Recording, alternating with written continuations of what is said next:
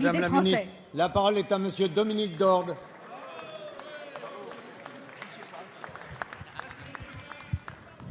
Monsieur le Premier ministre, les grandes fortunes, c'est tabou.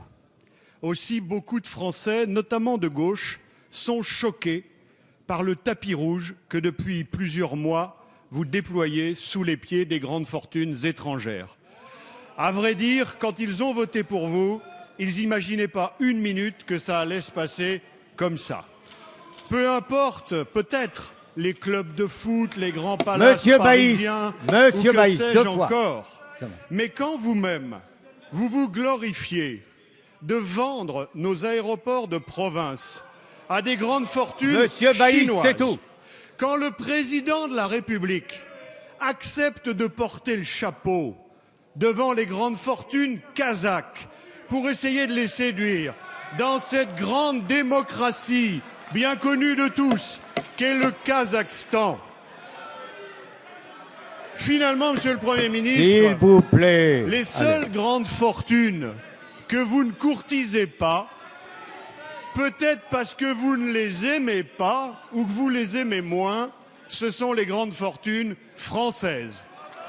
Pour elles, pas de chapka, pas de manteau de fourrure, mais des impôts et le plus souvent, l'opprobre. Alors, Monsieur le Premier ministre, ma question est simple. Vous aviez dit que vous alliez mettre à genoux la finance internationale. Comment expliquez-vous que ce soit vous qui vous trouviez à genoux devant ces grandes fortunes dont certains esprits chagrins pourraient d'ailleurs vous interroger sur la provenance? Comment expliquez-vous que nous soyons le seul pays à traiter moins bien les capitaux nationaux que les capitaux qui viennent de l'étranger, en n'ayant respecté aucune de nos normes, ni fiscales, ni sociales, ni environnementales? La parole est à Monsieur le Premier ministre Manuel Valls.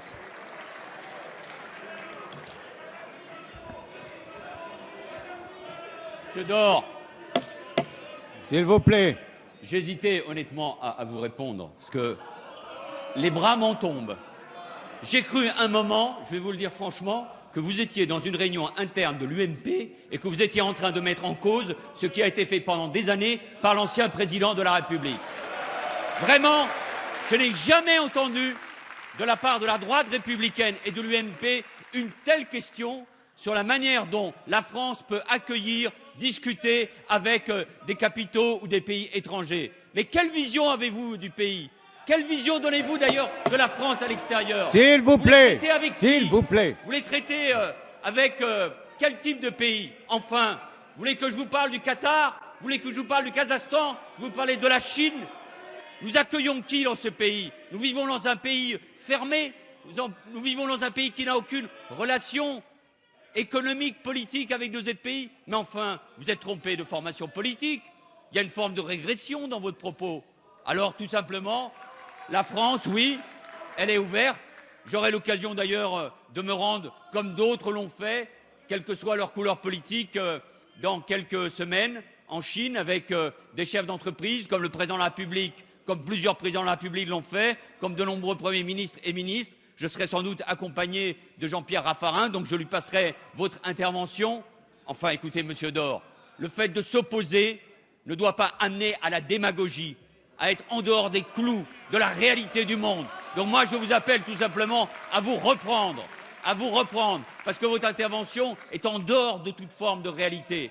Et ce n'est pas parce que vous êtes dans l'opposition, Monsieur Dor, que vous pouvez vous permettre n'importe quoi et n'importe où. S'il vous plaît. Allez. Mes chers collègues, je sais bien que la session se termine, mais quand même.